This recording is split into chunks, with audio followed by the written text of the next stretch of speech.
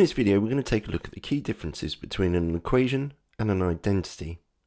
Looking at the example on the left hand side, I've got 7 lots of f minus 2 and 7f minus 14. And I need to identify whether this is an equation or an identity. Looking at the left hand side, if I expand out the brackets, I get 7f minus 14. And this is exactly the same as what I've got on the right hand side. This means that for all values of f, these two expressions will have exactly the same value, and therefore this makes it an identity. Had I have thought this was an equation, I would have been able to have solved it in order to find out what f is equal to.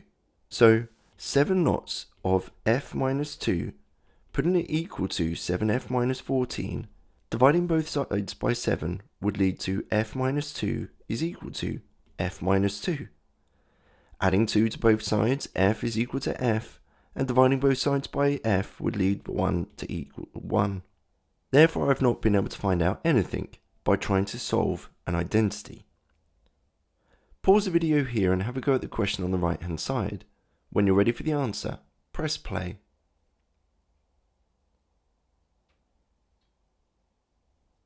So with this question on the left hand side, I've got 5 lots of e plus 5, and this on the right hand side has then got 60.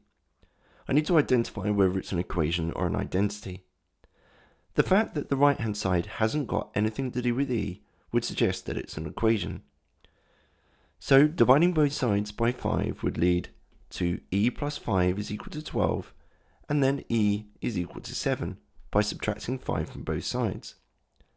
The fact that I've been able to find out what e is equal to means that this is an equation, because e has only one value, and unlike the left hand side, where f could have taken any value, and 7 lots of f minus 2 and 7f minus 14 would have been equal for any value, that's why the right hand side is an equation.